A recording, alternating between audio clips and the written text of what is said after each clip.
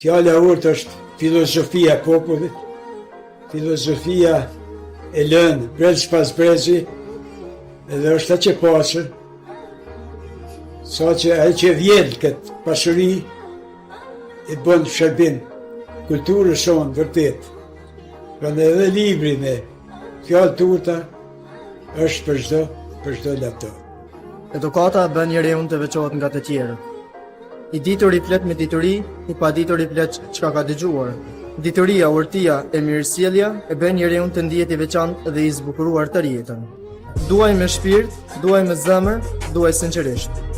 Këto ishin disa pjesë të shkrimtarit Fejz Demiri që i ka paraqitur tek libri i tij Në detin e dashurisë dhe të thënies.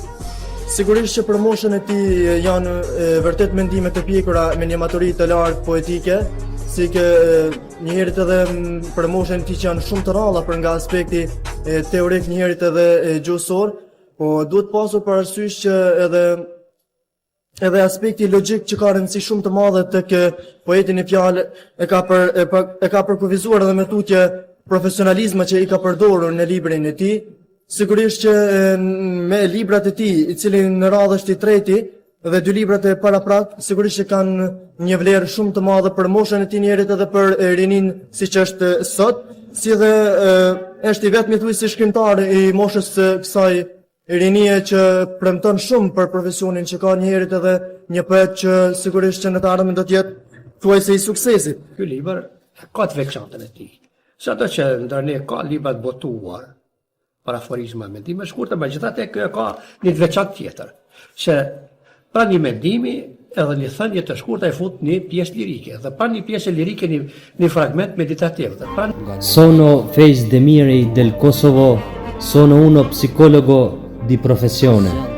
Le mie passioni sono la lettura, la musica, la grafica, l'apicoltura, gli strumenti musicali e l'arte in generale.